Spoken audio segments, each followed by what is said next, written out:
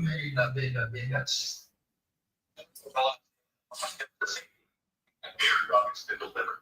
evening, everyone. It's Dum Victor here, your host for today. I want to welcome you to the day 4 of the Advantage Billionaires Bootcamp. I trust you've been having an awesome time. I mean, it's been awesome from day 1, where we had the founder, CEO of Avidan Zest come to speak to us. Right, we are day 2, which was an awesome session, a workshop session where I humble self-hosted you. And then day 3, where we had Reverend Sam Adeyemi, coming to dish out wisdom, packed wisdom on leadership and getting started, moving from knowing to doing, right? And then today I'm going to be your host for today, and we're going to be having another workshop session, another breakdown, right? I don't want you to miss it. Stay tuned. We're not going anywhere. We're not breaking up. I mean, you have the next 40 minutes to lock in. All right. So don't miss any part of it. Any part of it. Any part of it. All right. If you're in, I want you to type in the comment section below. I'm ready to fire up. Fire. Just put the fire emoji down there in the comment section. Yeah, thank you very much. And if you haven't liked and subscribed, I mean, what are you waiting for? Press the subscribe button down below and then let's get started. All right. So for today, I theme what I want to talk about: the market research masterclass. It's the market research masterclass. This is for billionaires and then potential billionaires, obviously, people intending to build success from wherever they are to where they need to be, where they want to be, where they intend to be, solving whatever problem they want to solve for as many people as they can solve, right? Making the most profit possible. That's who I'm talking to today. All right, so I want you to know that, and that's exactly what we intend to get out of today's meeting. So it's the market research masterclass. We're studying what works. We're studying what has been working for different people, and we intend to maximize that market, maximize that research. Okay, so it's build what people actually want, build what your customers actually want, not what you think they want. Right? There's a difference between what you think they want and what they actually want. If you do not know what the person wants, you're going to be forcing things on them, and that's not what you want to do for your business. That's not how you build a billion-dollar business, and that's one thing we need to sort out now before we go further. All right. And let me take this moment to announce that this is just the first phase of the Advantage Billionaires Challenge. Right. It's an entrepreneurship journey. And our intention is to fund as many businesses as possible, as many businesses as we possibly can, to energize and build that foundation for Africa's entrepreneurship, drift and switch. We're moving from a consumer economy to a creator economy, and it's one thing we want to seed to ensure we get as many people into the limelight as possible. So that's what we intend to do. And this is just the first phase. It's a 2-week boot camp, and after that, we're going to be having a pitchy competition. It's going to be announced soon. All right. We have partnerships with companies you won't believe, right? Companies you won't believe. Companies like the Bole Festival, Advantage obviously hosting this, right? We have partnerships with Wigwe University and many other companies as well. So you don't want to miss this. You have to get the opportunity to pitch your business and get funded with as much as 10 million naira, all the way up to 1 billion if you're lucky, right? You get opportunities where you can sell at booths during the Bole Festival itself, right? There are many other perks as well. You don't want to miss this. All right. So go to our Instagram page. When you go there, you're going to see information. Every single thing is there. Or you join our WhatsApp community, link in the description below. All right. Every single thing is detailed there, right? So you don't miss out on any of these opportunities we have for you. It's designed for you, just for you. So don't miss out on anyone. All right. Now back to what exactly we have for today. The market research masterclass.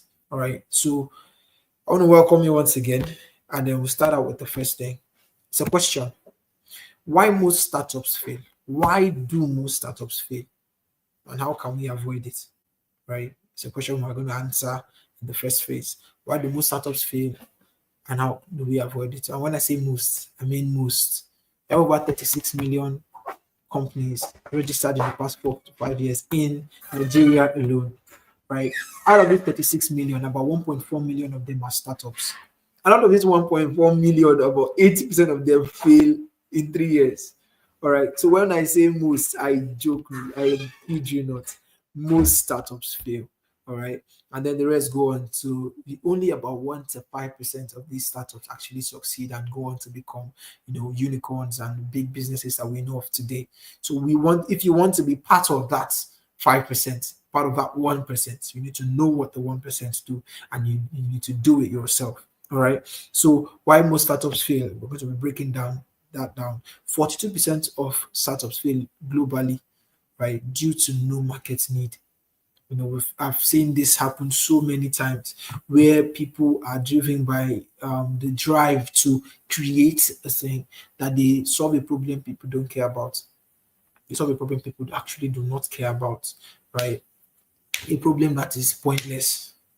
I'll give you an example. Samsung didn't start with Samsung, right? If I recall properly, I think they were into toiletries and stuff. That's what they were. That's what they started out with.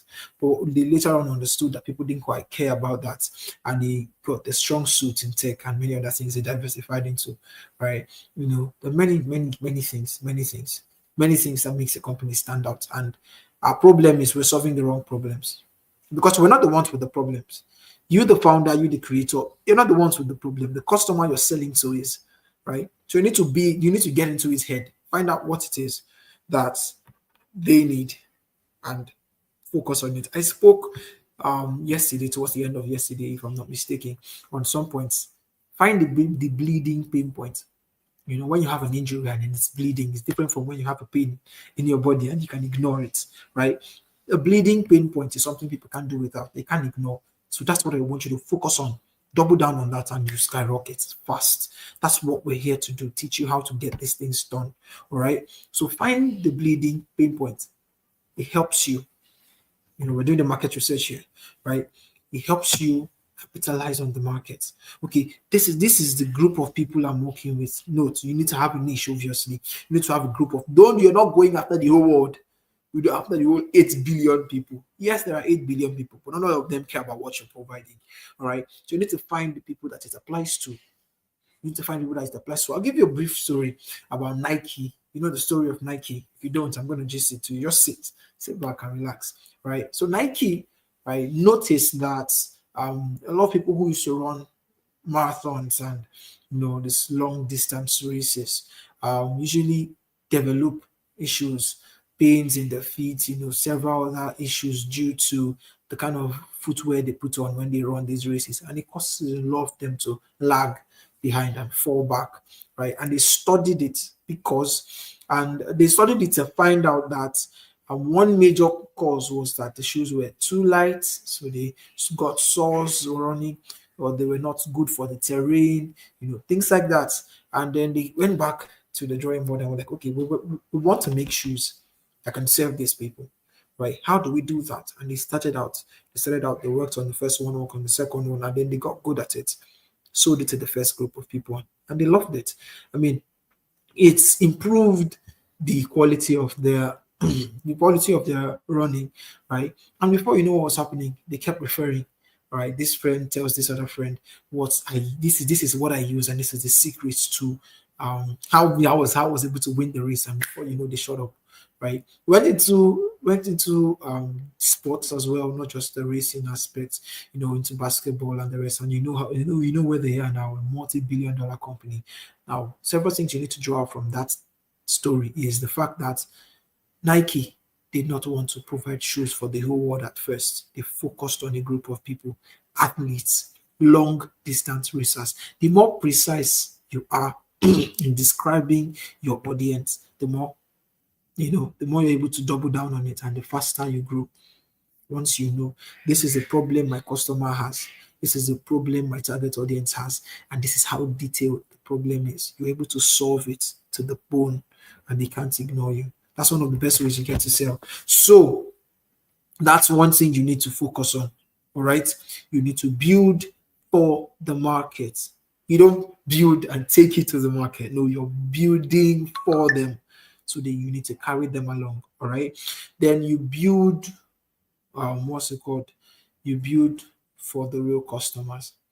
Majority of people just like the hype. We're doing it for the clout, for the likes and the views. That's not what gets you money. What gets you money is the pay, right? Not the likes and views, the transfers, the cash, the pay.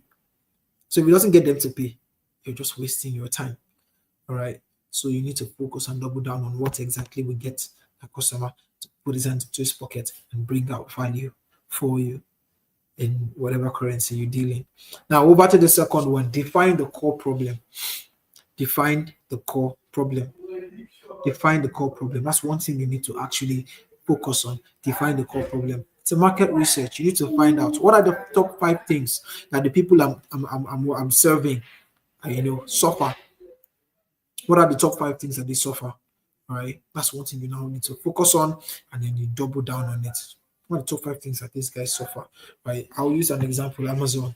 We know Amazon, right? And Amazon wanted to serve a group of people that used to struggle with getting books. There's so many books that are out of print and they can't get it. And so they want this book, but they don't have access to it. And then they went into delivery as well. Okay, I want to order household products, but I'm not able to get them on time. I can't order in late and then get it on time. Things like that. So Amazon focused on the core problems. What are the problems? I can't get affordable deliveries. I can't get time-based deliveries, things like that. And they just focus on those small things. Sorry. They focus on those small things and double down on it. Focused on building that. And before you know what, solve one person's problem, solve 10 people, solve problem of 1,000 people or 100,000 people. Now they're solving problems of millions to billions of people on a daily basis, making billions in revenue. That's what you need to focus on, the core problems. All right, the core problems. And then once you do that, you see how far you go. So an activity I want you to do right now, write one problem your business aims to solve for your customer. And ask yourself, is this a deep, painful, urgent need? Is this a deep, painful, urgent need? Who experiences it the most? And is it repeated and unavoidable? Note, I mentioned this earlier. It has to be a repeatable problem. All right. It has to be a repeatable problem. I'll give you an example. It's a new sales tactic that Apple innovated into. When you buy the Apple, it doesn't come with the full charger. No, it doesn't. You just get your phone, probably with a cord, right? You have to buy other things to add to it. That way, let's say the charger has a shelf life of 3 to 6 months, and then your phone is to last you the next 2 years.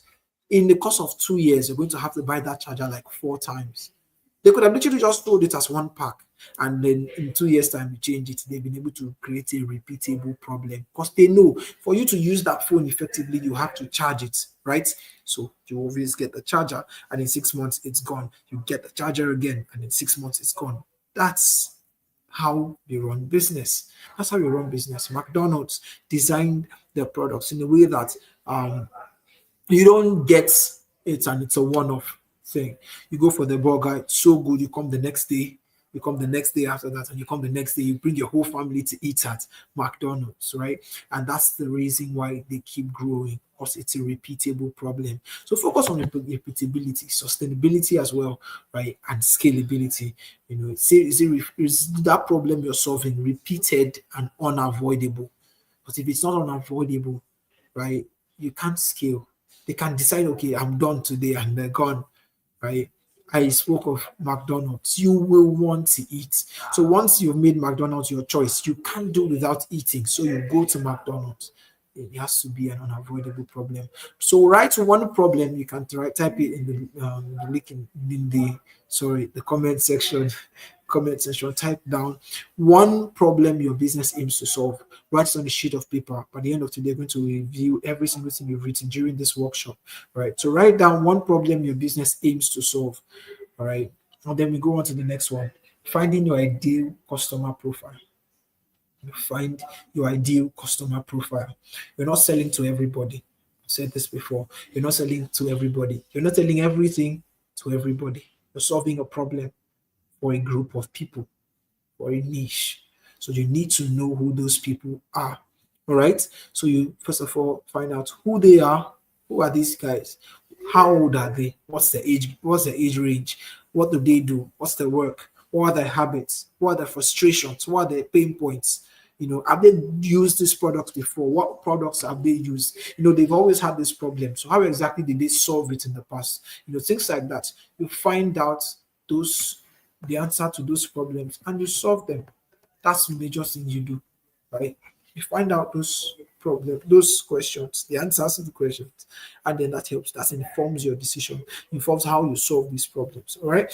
So, who is your target market? Who are they? And then where do they hang out? Very important. Where do they hang out? It helps you with your ads. It helps you reach out to them. It helps you, acquire these customers, customer acquisition. It helps with that, right? Where do they hang out? Do they hang out on IG? Do they hang out on TikTok? Do they hang out on Facebook? Do they hang out on YouTube? Where do they hang out? Is it a physical market? Right? It's one thing you need to focus on. It's one thing you actually need to focus on. Right? CNBC, CNBC. CNBC's major market is broadcast. People watch TVs, all right, and possibly YouTube, and then maybe they have their own website where it's streamed from. But these are people that watch news. You can't see CNBC on TikTok. They won't make any money there because Gen Zs don't watch news that much. They don't listen to the news. So why would they want to be on TikTok? It probably would help them, but right now the niche is not designed for Gen Z. So they designed for the millennial, they designed for the old guys, the old folks who want to be up to date with the media. And so they go to broadcast networks where people can look at the TV screen and learn. Same thing with CNN, with the BBC, Al Jazeera, and the likes. That's the business model, right? So you need to find out where your customers gather, where do they hang out. And finally, what are they already using as a solution? I said this before. What are they using as a solution? When boats came into the market, the solution already existed. You had Uber, you had Lyft, right? Both was Estonian, if I'm not mistaken. Uber was a London-based company. Lyft was a Canadian-based company, right? Solving the exact same problem. Very similar, actually. Very, very similar. On a large scale. So it's not like they're coming to disrupt the market of any kind, right? But they pointed out that, okay, yes, we have Uber. Uber is saturating almost everywhere. Yes, you have Lyft. Lyft is offering more things than we can at the point. But let's get started somewhere, right? Let's start with Estonia. Let's start where we are. And he got access to the drivers and started solving problems around him. And then he moved from his country to another country to another country. And he thought, wait, hold on. Africa is not as saturated as it is in the West, in Europe, in the UK, in Birmingham, in other places, in Ireland, right? So if we can't beat the Ireland market, we can't compete with those guys there. Why don't we come to Africa? I mean, we have boats here. So right now, boat is the highest, the biggest ride-sharing app in Africa, with the over a population of over 1.4 billion people. That's the market that you want to milk, right? So they were able to target where the audience was and what exactly they're competing with. So they know how to design what they have. Coming to Africa here, we have Bolt, we have InDrive, we have Uber, we have different ones. And then they were able to point out, okay, this is our competition, this is how we design the business and all of that. Okay, so you need to point out who already is the solution to your audience. So you know what to offer them that these guys don't have.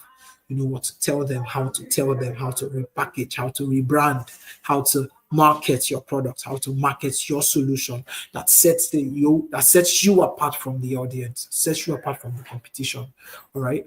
That once you do that, it sets you way ahead, way ahead. Now the activity for the third part, sketch your perfect customer in 3 lines. Remember what I told you to do before? Write one problem your business aims to solve. Now, the next one I want you to do is sketch your perfect customer in 3 lines. All right. My customer does this. My customer goes here. My customer already uses this. I'll give you an example. Let's say I want to create, I don't know, what exactly would I want to create now? Let's be realistic. Okay, yes. I want to go to a ride sharing app, probably something that's better than both, right? A ride sharing app for Africans, right? That empowers more drivers. So now I have 2 customers. the people who get the rides and the drivers who give the rides. These two people. All right. Now, my customers are drivers or passengers, people who want to move from point A to point B and have the money to pay for it. I want to do it now. And have a smartphone. Right. So, see the criteria are already set up. They have a smartphone. They want to move from point A to point B. They have the money for it, either in cash or transfer. Right. They're able to transfer it. Right. So that's it. Are you a driver or a passenger? That's my target audience. All right.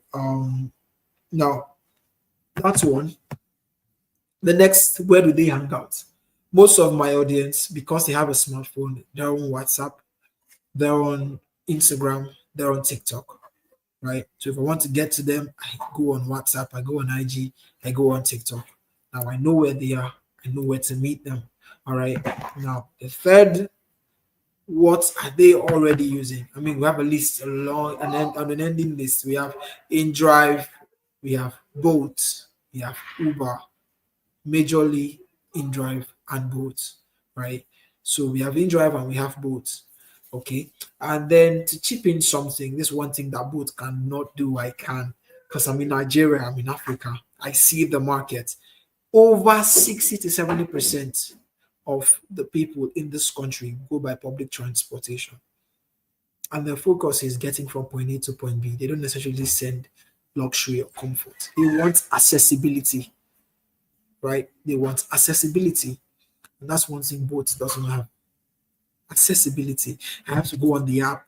I need to have data. I need to be able to order, book a ride, and the ride comes. And I have to wait 10, 15 minutes. That's one issue. Timing. All right. That's what my competition doesn't have. But we'll get there soon. Now, just write this down. Your target audience, and you move on to where you can meet them. And the third one, who's your competition? Now, after that, we go on validating it with conversions. We're here to make money. We have to do something. Validating all this your what's it called? The research you've made, validating your facts, clearing it, making sure this is true with conversions and surveys. Right? You can't just assume this is the problem. I said this before. You can't just assume. You need to get the feedback from the customers. Oh, this person has been using Bolt for the past 6 months. Go to work and get back. Or he has been using public transport. What exactly is the problem with what he's already using? It's a pain point because even though it's a problem, he still uses it. All right. He can't do without that. And it's a beautiful, niche to go into.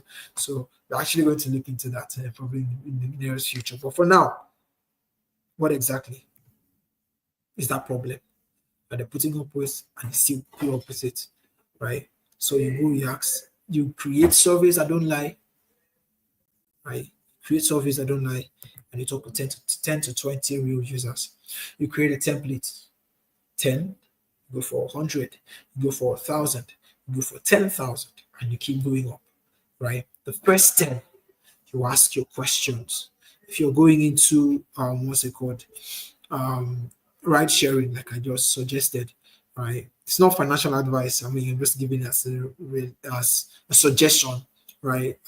Just for exercise, literally, just so I can pass my message across. Okay, so for sake of that, you say you're doing a ride sharing business like boats, right? You go to ask them questions. That's the surveys. Now you get these questions. All right, how often do you use ride sharing apps? What are the cons to ride sharing apps? What's your best ride ever? How was the driver? How was she asked you? How will you rate the customer service? How would you rate the pricing? What are the issues with this app? What are the issues with the ecosystem? Do you have issues with the timing? Do you have issues with the drop off? All of those questions you ask them. And if there was something that they could have done better, what would it be? All right. What would it be? You'll be surprised that you may not even necessarily need to change so much, right? And these are the questions you're going to ask.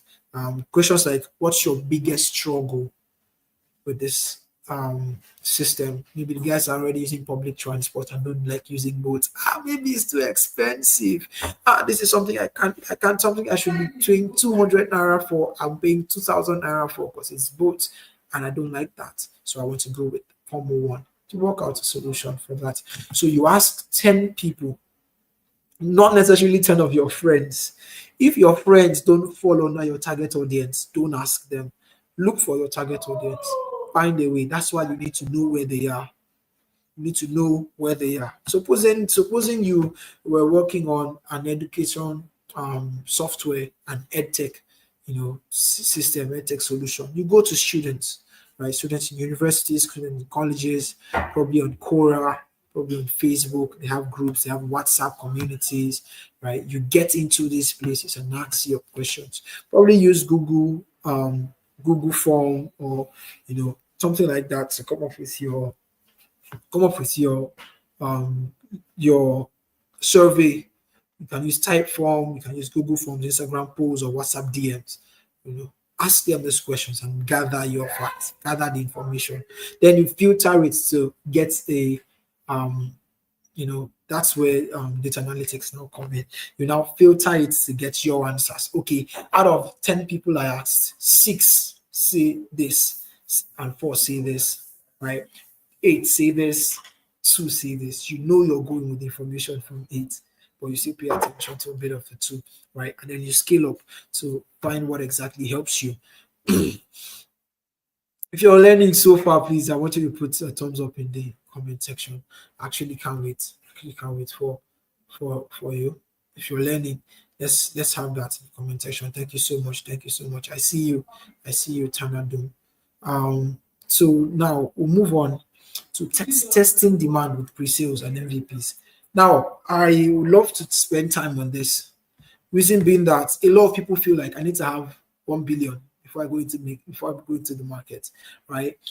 Elon Musk. How did Elon Musk become Elon Musk? He went to NASA and pitched, and then got funding. That's when he started. Note, he went with the prototype. All right.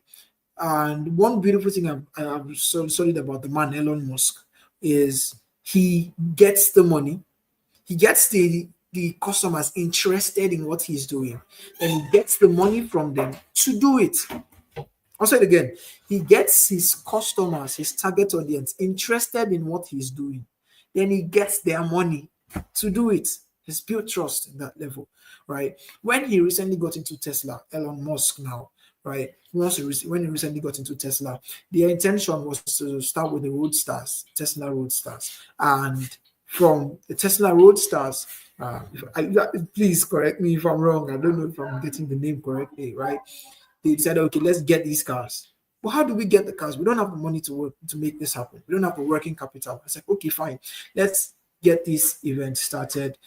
It's a road show, and let's get interested investors. About 1,000 of them are wealthy enough to spend $1 million on a car, right? And then let's get these guys, just 1,000 of them. I said, okay. And they did the announcement, they did it, and they got these guys, right, on a road show, and got one prototype of the car and showcased it. And the feeling, the ambience, every single thing was enough to sell the idea.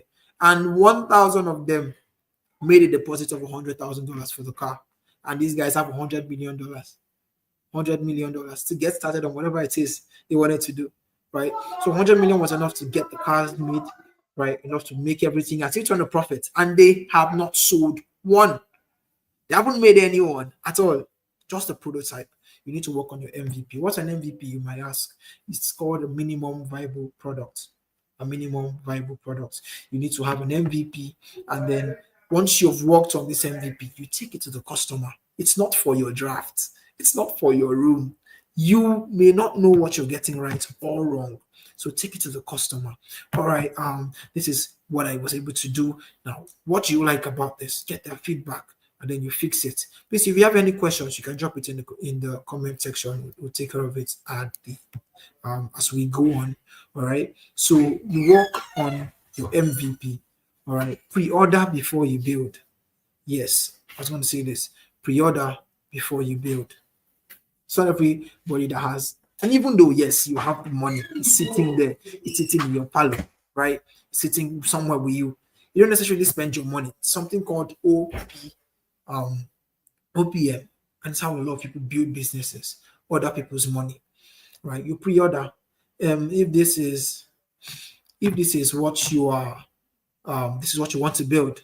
Okay, let's say I want to build something like Canva, right? Everybody uses Photoshop, but Photoshop is so hard to to come across, utilize. I don't know how to do this. I don't know how to do that. I have the idea for Canva, but to make that app costs a lot. The team, the workforce, all of that costs a lot. But it won't cost me so much to get certain PowerPoint slides, right? It won't cost me so much to get what's it called, all the details I need for presentation, right? That's your minimum viable product. You sell the idea before you sell the actual thing you're building. You find people that need this, right? People land high-end guys now, not necessarily people that are doing the main stuff, high-end. And then you go on there, you find these guys, and you pitch to them. Okay, fine. This is what I'm able to do. This is going to help you do. These are the benefits. These are the cons. This is what we're going to do to make things change. Once you've been able to do that, once you've been able to do that, you find the money, and then you get on to making what you need to make, right? But you need to make sure you're able to get started fast. Make sure you're able to get started fast. Hello, yeah, welcome. If you're just coming in, this is Advantage Billionaires Bootcamp, where we raise the future billionaires, obviously. And today like as you're here already, we're going through the market research masterclass. Because obviously everybody wants to build a business, everybody wants to be the billionaire, everybody wants to succeed, not everybody knows how. All right. And one issue we have is a lot of people spend too much time learning, and we watch thousands of videos and take no action. We have so many ideas we write until all the papers in our houses are finished, and still we've not been able to do anything. And this is the thing: every every step towards the goal you're aiming for, right, validates that vision, validates that dream. You know, from when you had it in your head, oh, this is what I want to do, this is where I want to go, this is where I want to be. All right. And this is where I want to be, it's what I want to do. And you take one step, maybe you share with your mom or share with a friend, and it turns you down. All right. Now you've told somebody it's a real thing. Now you go on and you give it a name. Okay, fine. I want to build a phone brand, and I want to call it Apple. Apple. Why Apple? Why not any fruit? Why not mango? Why not orange? Why not banana? I mean, banana would sell better. Banana tends to stick. No, I want to call it Apple. Now it has a name. The next step, you go on, you go on, you go on. I promise you, a lot of times you try, you'd fail. Chances are that's what would happen. But as you go on, right, it keeps getting better. So any questions you have, we're going to take care of them in the next the session after this. All right, we're going to set aside a session, right? That's still today, obviously. The next 5 minutes, we're going to take all the questions. So if you have your questions, just drop them in the comment section. I see you football over. We're going to take it through completely, not ignoring any single one of them. We have that time today. Okay. So back to what we're talking about: testing demand. Work on your pre-order. Get the right customers that are interested in what you're offering. Okay. I sell perfumes. I'm building a fashion brand. Okay. I'm building my own Chanel. All right. Work on the designs. This is what it entails. Maybe we have our combo. Once we make this is what's going to happen. This is how it's going to be. And with this, right? With this is what you're expecting, right? And then you pitch it. You send it to your customers. Get your first sale. Okay, I trust this. How long will it take for you to get me this? And you tell them, maybe take me 2 months, maybe take me 2 weeks. Tell them. If they're interested, they'll give you their money, and you start working on it, right? The major focus is to get your products into the hands of the customer, so you can start making iterations. Okay, this thing, he didn't like it. He didn't like how I packaged it. He didn't like how I delivered. He didn't like the card. He didn't like the designs. You work on that, and once you work on that, it keeps coming. It keeps coming. You've gotten your first customer. Maybe the order wasn't so good. You tell the next customer comes, you fix the order. Now you have a good order. The next customer comes, you're fixing, you're iterating. That's how you go for you grow. That's how you move forward. That's how you increase. Okay. And I mean, there's no limit for you, actually. I love to say the sky's your limit. I promise you there won't be a limit for you. All right. Use collect emails. I forgot to add this. You need a customer base. Yes. To enable you grow and grow fast, you need a customer base. You need an audience. You need an audience to sell to continuously. You need an audience. Yes, you may have a product, but that may not be the only product you will send out eventually. Have an audience, people that listen to you, people that love what you do and love what you say. Gather them in the place, right? Now, Instagram has broadcast centers and groups, communities where you can create and then people join in. You can talk to them as much as you can. WhatsApp has communities, right? Create your own. They have group chats, you have Telegram, you have Discord, you have WhatsApp. Create your community. YouTube has it, right? Be consistent with building your brand and send out your information. Let people be interested, let people, interact with you. And I mean, the sky's the limit. I said before, there's no limit for you. All right. Next, measure the data you collect like a founder that you are. All right. Now, this is your business. Own it. It's your own. Measure the data you receive. All right. Measure the data. What interests your customers? What are they asking for more? All right. Now, I'm saying this because you probably started selling out the idea or selling out the product, started getting funding from pre-sales. Okay, I told this person this is what I wanted to give to him, and he turned it down. When I told this other person this is what I wanted to give to them, I removed out this and he was interested. You point that out. He's interested in A, not B. Speaking of real estate, I've tried selling land and nobody wants to buy land from me. But instead, I went to companies and I leased out this land. I went to this company. I told them I have 100 plots and it's going to be on lease for the next 4 or 5 years. And then it's X amount of money. And then once you pay, you have access to it to build or to do whatever it is. In 5 years' time, it's going down. And they were interested. Now you know you're into the leasing business, not sales, right? Or instead of selling to the companies, you're selling to individuals, and you find out that more individuals come to you to ask about land details and all of that. You know your audience. You know what to iterate. You measure this as the founder you are. All right. Nobody's going to do that for you. Measure the data. Measure the data. Okay. Measure the data. And then you validate it. Right. Commit something, your time, information, or money, right? This is not for you though, it's for your customers. Validate it. All right, validate it. I will take questions in the next 2 minutes, guys. So we can entertain you guys in the comment section. All right, just keep dropping your questions there. I'm going to take all your questions in the next 2 minutes. So get your customers to validate it. All right. If he claims that yes, I love this business he's doing, I love the order, I love this, giving up an opportunity to commit something. Okay, fine. I am a script writer. Maybe I write stories and then I've been posting stories and people love my stories and they've been liking it. Put a link in the description. Tell them, okay, if you like this and you want more, click the link in the description. Join my community, join my newsletter, right? Once they do that, you know that's a potential customer. You know people are actually interested in what you're doing. You up your game, right? Get them to validate it. Maybe you've been singing, you're so good with songs, and you want people to work with you, maybe donate whatever it is, however it is that you design that you earn maybe through med sales, right? Give them the opportunity to do so. Then you'd see if this is actually marketable. All right. So you go through the validation phase and we'll now get to the final challenge. All right. The final challenge for building any business is action. It's action. Now, this action, I mean, it's going to be probably asking, what have I been doing since? How exactly is this guy talking about action right now? Now, this is the part where you actually build the business. You need a team. All right. You need to plan, you draw out your vision, your mission. This is what your business stands for. This is my goal for the next 4 years. This is my goal for the next 8 years.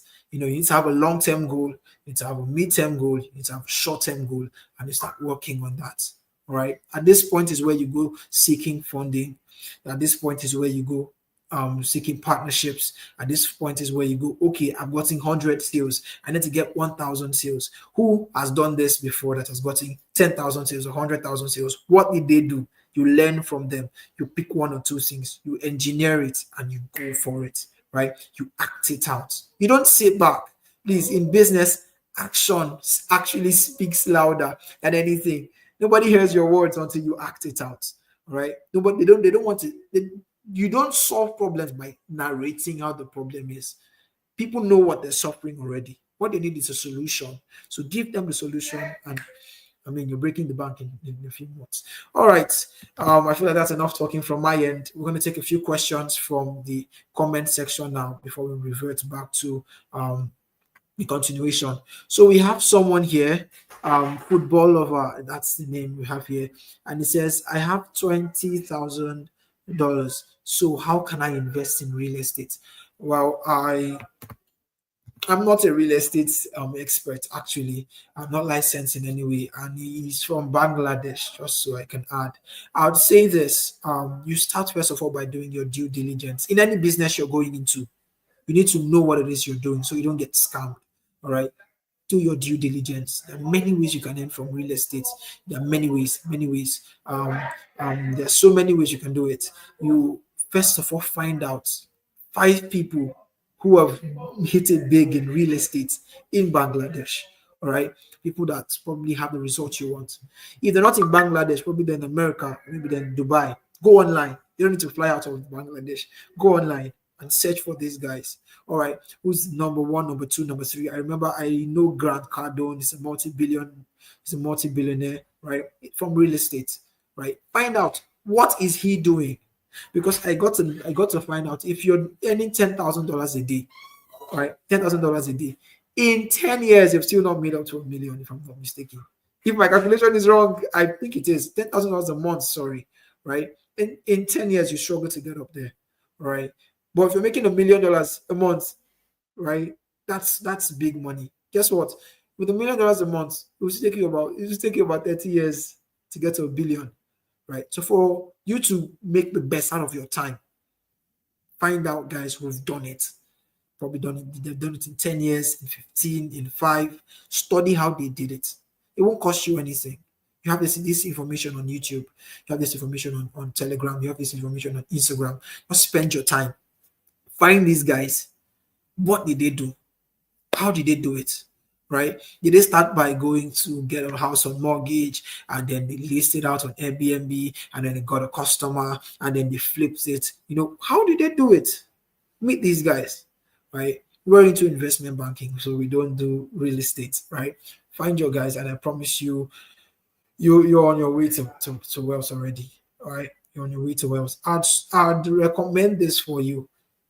Search ALOX, right? ALOX.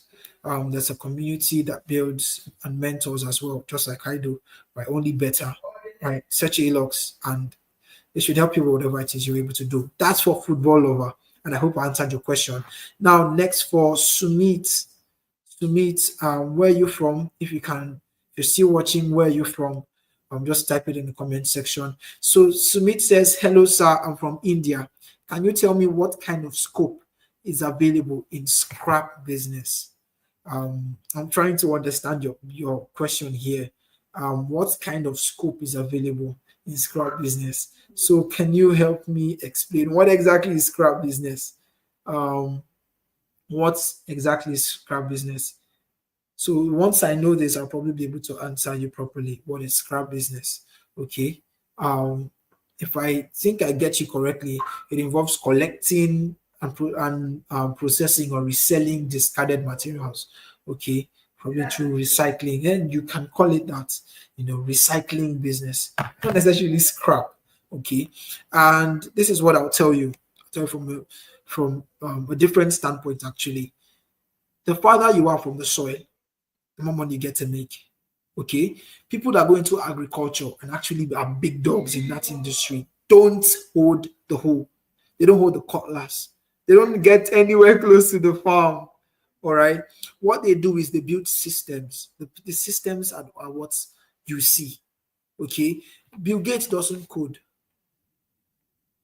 Bill Gates doesn't code. Jensen Huang, the founder of NVIDIA, doesn't work on the hardware. He has people that do that. What he does is he works on the systems. He works on the systems. The systems are what you see. Okay. Tim Cook doesn't build phones. No, he doesn't. when Steve Jobs was still alive, he still didn't build phones. What he does is he sits back, goes through ideation. What would a phone look like? How should it work? How should it function? Okay, who can build this part?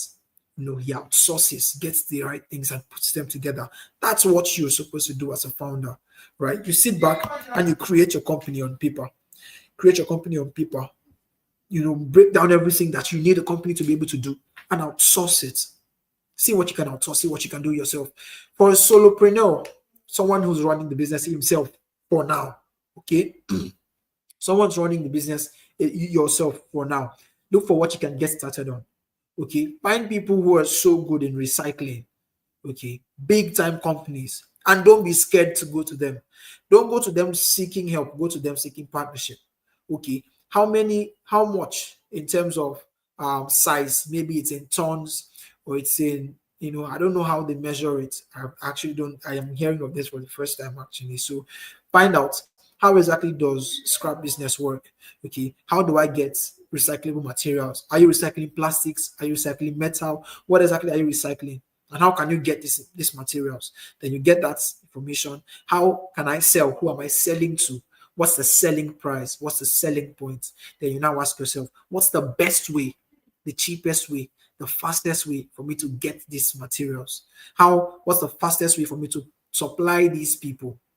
And then you start reducing your cost of production to increase your profit ratio. But you start somewhere, study the business. You don't just sleep and wake up successful. You study how it's done so you can replicate it every single day. You study it and you get started. Okay? Get started. And I believe, obviously, once you do that, it's only going to be up from there. You may not have the money. Note, that's not an excuse. You may not have the money, right? But you can study. You're on YouTube. Find guys like this. You have AI now. You have ChatGPT, you have Gemini, you have different types of artificial intelligence to help you. Go online, search. How does recycling business work? How can I make money? I'm in India. How exactly do I make this work? India is a big market. People consume so much. If it's plastics, people consume so much of plastics. And it's easier for companies to remake plastics already are in production than start from raw materials. So if you can get access to these companies, maybe start writing emails to them, start sending them, making calls, reaching out to them. I promise it's only a matter of time. You'll get there. Okay? You'll get there. And so I want to take on some other questions.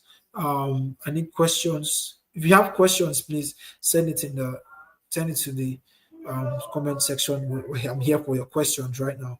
Once we're done with this, I'm going to wrap up because we're almost done for the day. All right. So you send in your questions, so I actually understand that you took every single thing that we talked about. Okay. So we have one question here. We have one question, and I'm going to read it out. I'm going to read it out from my phone actually. So just give me a second.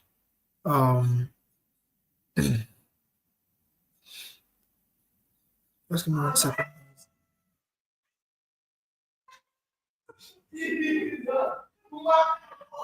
Could you help me talk to those guys? All right. So it says, how do I know if people actually want what I'm building before I spend time or money to build it? Okay. How do I know if people actually want what I'm building before spending time or money to build it?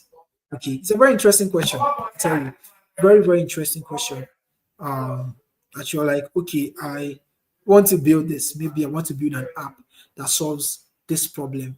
How do I know people want a solution? You can ask. That's one. And also you can find out through research. Okay. YouTube, before YouTube existed, people wanted to watch videos.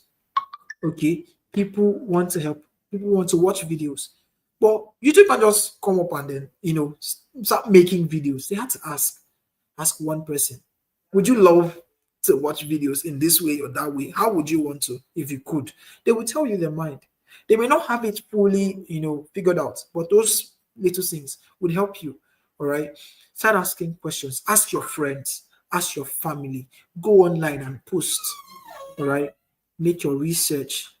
See how many people. Like I said before, AI has revolutionized the whole thing. It's awesome. ChatGPT is capable of taking information over 10 years and summarizing it into 30 seconds, summarizing it into 4 lines. Use that. Go online. I want to build XYZ business. This is the problem we're solving. Would people want this? What's the percentage of people that buy this? Where can I sell?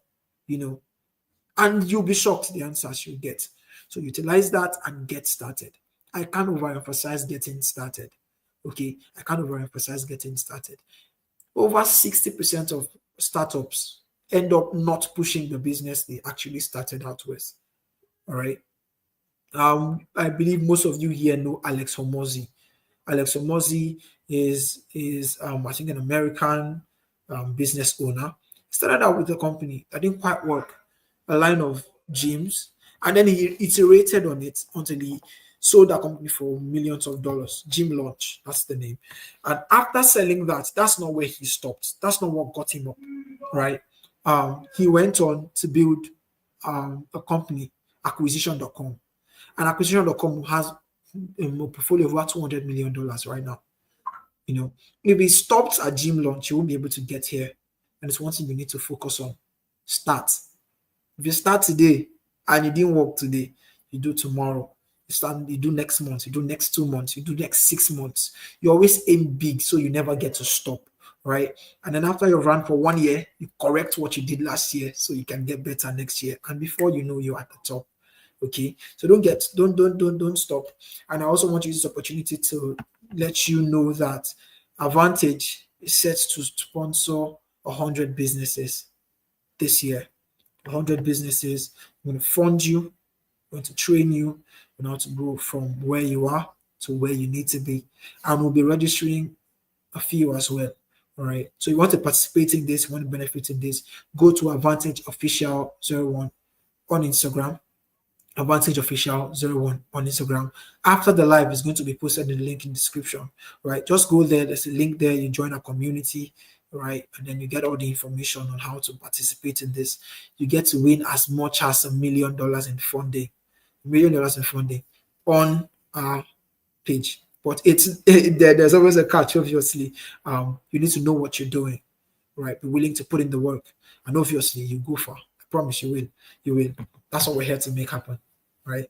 Thank you so much for joining in today. Thank you so much. Thank you so much. Every single person in the comment section, thank you so much for joining in today. Thank you so much for joining in today. I hope to see you tomorrow, same time, same session. I mean, it's 2 weeks, 2 weeks of the best of the best. And we keep seeing awesome talents coming here. This week is coming. We're going to be having a few founders and hosts from running $1 million companies going to come speak to us here. All right. Going to come speak to us here, and it's something you don't want to miss out on. So connect with us, same time, same place. Thank you very much. Take care.